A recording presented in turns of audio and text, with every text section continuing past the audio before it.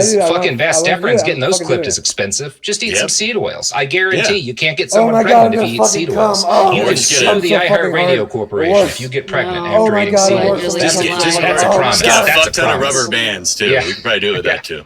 You can, in fact, do that, Miles. So, the early 1900s is like, in manfluencer lingo, like this is the ideal time to be a man, right? This is when everything was better. Today, if you like listen to these guys talk about what went wrong with men, they'll talk about like the first half of the 20th century as like almost this perfect time, right? Men were men, everything was better. And this is largely because their attitudes of what it was like for men in this period of time came entirely through the lens of film and television. So it might surprise people to learn that the 1920s, you know, the turn of the century to the 1920s was the site of our first real crisis of masculinity in the United States. Now, my main source here is an excellent article on what's called male compensatory consumption by Terence Witkowski for the Journal of Macro Marketing. It starts by making the case that back during the colonial period, popular notions of masculinity tended to focus on either the wealthy slave-holding heads of planter dynasties or men like Jefferson's mythic yeoman farmer, right? Heroic artisans, which is the term Witkowski uses, who lacked wealth but were skilled, physically strong, and self-reliant. By the early 1800s, this had started to morph into a recognizable phenomenon, the cult of the self-made man.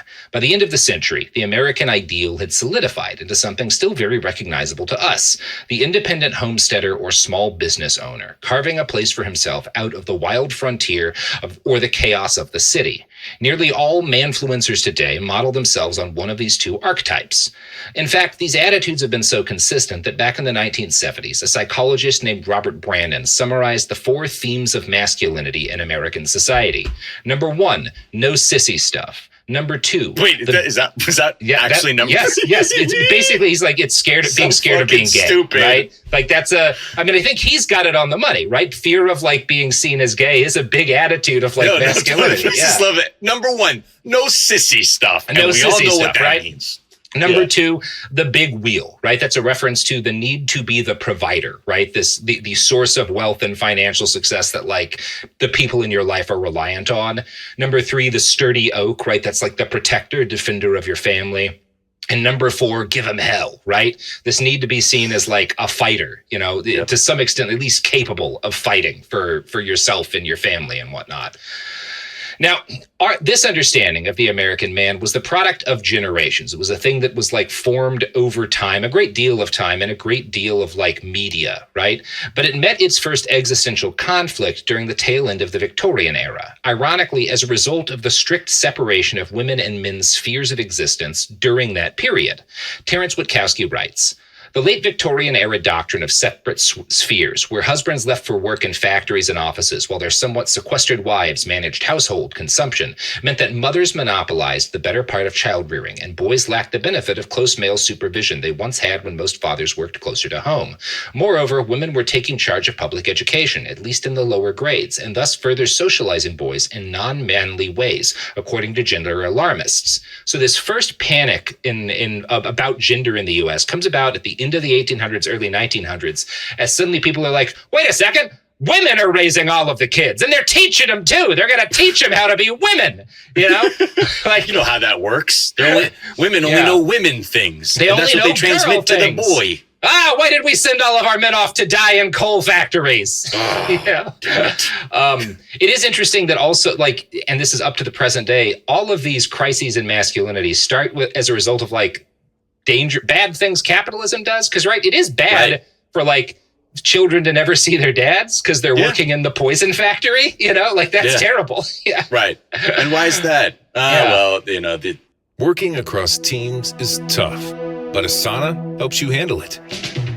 That's because Asana is where humans and AI coordinate work together.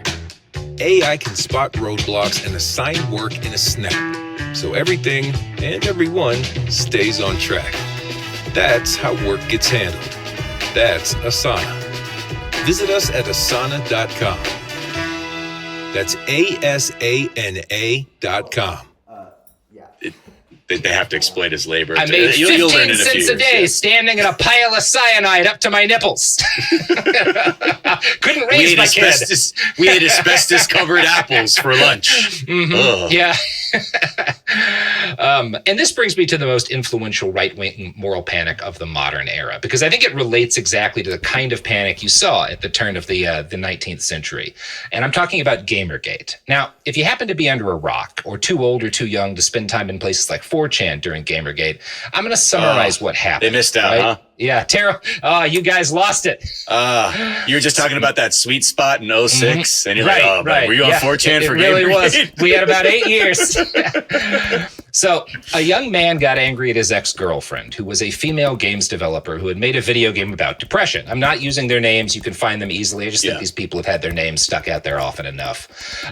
He alleged that she had slept with a gaming journalist, and she had dated a guy at a website called Kotaku. Now, that guy had not written about her game. He had quoted her once in an article before they started dating, but he had not actually reviewed her game, which is what they claimed the whole problem was, right? That this was proof of this insidious women are sleeping with men and it's polluting the hobby, right? Like it's causing all of these games to get unfair reviews, right? Now, what had actually happened is that gaming had become the most popular form of recreation in the country, and that also made it popular among women and men who weren't assholes. And this led to a broadening of what games could be. You really saw in this period of the early aughts this explosion in all of these independent games that had very different ideas on what gaming ought, or what a game could be, that did not comport with the big AAA games and stuff that had been huge in the past. And these games didn't stop there from being AAA games where you murder people. That's still the most common kind of video game. In fact, I just finished replaying Cyberpunk 2077. Games where you murder people are better than ever. We've gotten so good at games where you murder people. We've perfected it, Now you can be pretty much any 3-letter agency you want to be, too. There's probably a game for that, too. Yeah, there's a game for whatever kind of murder you want to commit, guys. You're fine. Yeah. But yeah, there was this attitude that women were ruining games. And it is the same fear as because men need to make money, and they need specifically to make money by laboring in factories and offices, because we have changed the economics of the country in a way that's more efficient and profitable for a very small number of people, right? The people taking care of kids are women. And now we're going to express this panic towards the idea that that's going to make men womanly, right? Well, what happens at Gamergate, and it's a much more kind of autochthonic, raised from within the community sort of experience rather than something imposed outside by these kind of moral busybodies. But you do have a lot of people who are scared that if women are involved in gaming, it's going to change gaming, right? And that's going to destroy the only place that men have to really be men anymore. The only place. It's one of the things you see if you read, if you go back to a lot of those original posts on 4chan at the start of Gamergate, is this attitude that the only place I socialize and meet friends is in the lobbies of different games. And if there are women there, if I don't feel free to use slurs or make the kind of jokes I used to, then there's no, this is a harm to me. I am then being who attacked, am I? Right? Yeah. If I'm a white teenager who likes to use the hard R N word while playing Call of Duty, then I have no soul anymore. Yeah. Yeah. And obviously the claims that they made that this was about ethics in video game journalism, this was about corruption in these companies, that was all bullshit. But they very successfully used that as a screen, right? And so when it became clear to the media that they needed to report on Gamergate, an awful lot of journalists did fall for, well, let's talk about how valid the allegations are, as opposed to let's look at the harassment campaign that's being executed. And as a result, no one did anything about the harassment campaign. And that harassment campaign has gone on to become the standard right-wing playbook for how to do everything. This is the only way conservatism really works in the United States anymore. I found a succinct explanation for how these efforts are carried out in a Quartz article by Ari Waldman. Quote, "The Gamergate playbook is simple and direct. First, identify a vulnerable target, usually a woman, person of color, or a member of the LGBTQ community. Then highlight their vulnerabilities so that disaffected, mostly white young men can attack them. Continue the attacks until someone pushes back or the platform of choice shuts it down." Now, if you've spent any time online today, you've just watched the right-wing panic over DEI as it's led to teachers being harassed out of jobs and schools closed by bomb threats. This is all the Gamergate playbook, right? Which is, again, entirely how the right-wing culture war machine works these days. Now, we're going to talk about how that happened later, because this was very much an intentional process, right? There were people from the beginning who saw the potential in utilizing this community of angry young men this way. He's in jail right now, I think.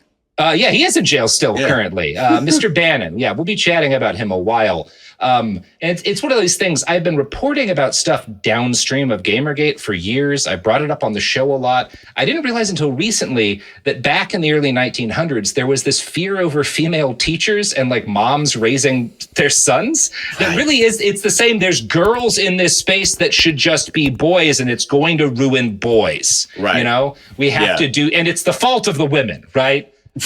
Who have forced themselves into these areas, right? And we have nothing as men anymore. In both cases, it's just like capitalism saw that a lot of women were buying video games, you know? Capitalism put men in factories, right? Where's the market? Where's the labor? There we go. Yeah. Off you go.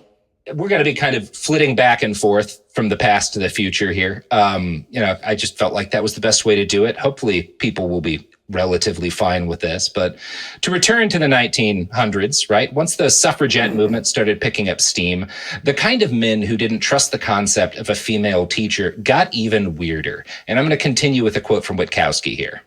Their presence challenged those men who felt deserving of political entitlement. During the bicycling craze of the 1890s, women constituted about a third of the market, and thus became a visible kinetic reminder of changing gender norms. And this gets us, Miles, to one of my favorite moral panics in American history, the panic over girls and bicycles. Now, the gist of the issue is that with bicycles, single women were for the first time able to travel long distances on their own, right? And without needing to have a lot of money, right? If you have a bike, you could travel on your own, and you could travel quite far. You don't need to have horse money. You don't need to have a guy who will let you use a horse. You don't need to be carb money. Right. You just need carbohydrates. Right. You just need calories. Yeah. Now, this change happened during a general boom in employment for women. So suddenly women are working and they are taking themselves places. And also the necessities, just the physical realities of how bicycles work led to changes in women's clothing. This is part of why the layered and complex women's wear of the Victorian era went away, right? Because it's just not as convenient when you're cycling, right?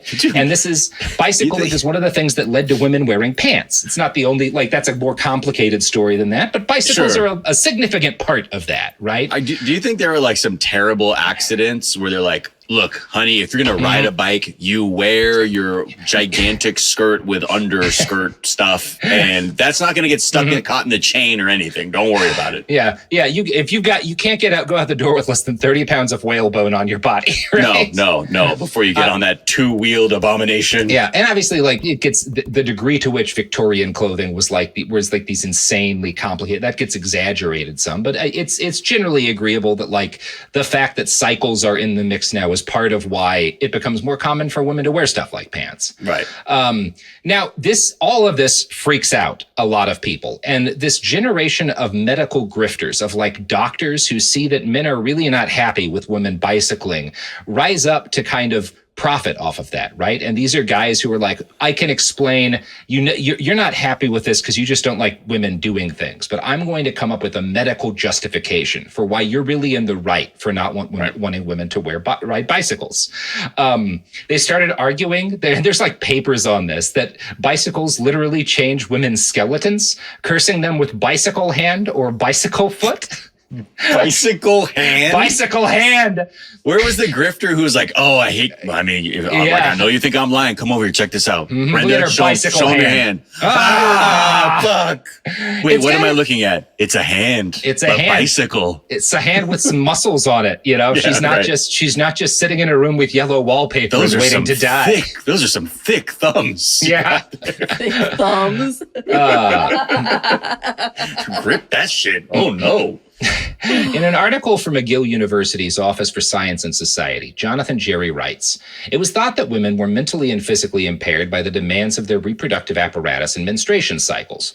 Riding around on a tricycle was considered fine, but on a strenuous bicycle, why, it might cause a woman's finite physical energy to be extinguished. Medical journals at the time would seek out anomalies linked to bicycle riding and confuse an association with a cause and effect relationship, although perhaps the confusion was a little bit voluntary. Riding a bicycle could cause appendicitis, they reported, internal inflammation and swelling of the throat from all the excitement, and teenage girls whose reproductive system was still developing were thought to be at risk of displacement of the uterus, physical shocks, and all sorts of bodily transformations brought about by the bicycle that would render them unable to bear children." Now, today, Miles, if you're an awful crank with a terrible opinion, you can probably get the New York Times to write a very sympathetic profile of you if you went to a good school with the New York Times reporter. Yeah. Back in 1894, the Times was still at the cutting edge of endorsing nonsense. That year, they published an article titled "Lunacy in England." It argued, quote, "There is not the slightest doubt that bicycle riding, if persisted in, leads to weakness of mind, general lunacy, and homicidal mania." General lunacy. General lunacy. Just general lunacy. It's kind of catch-all thing. Yeah. It did. I mean, it is true that when you add cars to the mix, bicycles do cause some people to become homicidal, but it's not the cyclists in general. No, not at all. No. She's general lunacy. I love that. Yeah. Those are my favorite terms when like you could just grift off of just sort of like I'm going to combine some words. I mean, obviously you understand what I'm saying, lunacy, but general. So if I ever see something, I'm like, well, that woman, she's stronger than me. It's like, well, general lunacy has obviously taken over from the confidence she got on the bicycle. And I mean, this is a problem now. Now, Miles, in 1920, women had come to make up about 20% of the workforce.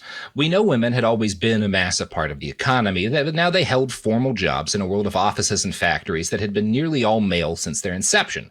This caused another panic, one that resembles modern panics over migrant workers, as employers realized women could handle a lot of the same jobs that men could, and they could pay women half as much for their labor. Right? It is weirdly like very similar to the panic you get over migrants, and it's all focused on the fact that capitalists again are seeing like, well, we can just have women do the same things and pay them half as much. Like there's no one's going to get angry at us fucking over these ladies, and men start getting pissed that like, well, women are taking these jobs that used to be held by and it's specifically, this is not factory work. Women aren't replacing men in coal mines. This is jobs that had been held by educated men, right? Like bookkeepers in stores, right? These guys are, a lot of these men are replaced by women and cash registers in the 1880s.